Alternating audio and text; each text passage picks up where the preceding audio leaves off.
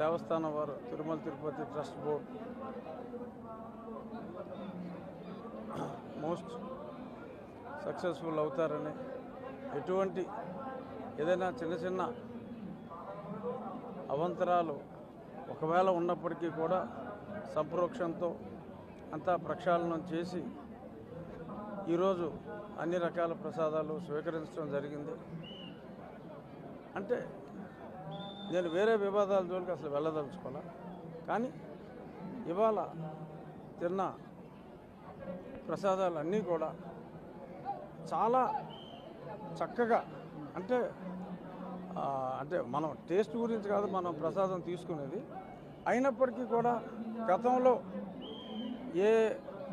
దినుసులు వాడేవారో ఎంత పుటం వాడేవారో అదే ఎప్పుడో 5 ఏళ్ల క్రితం 10 ఏళ్ల క్రితం తీసుకున్న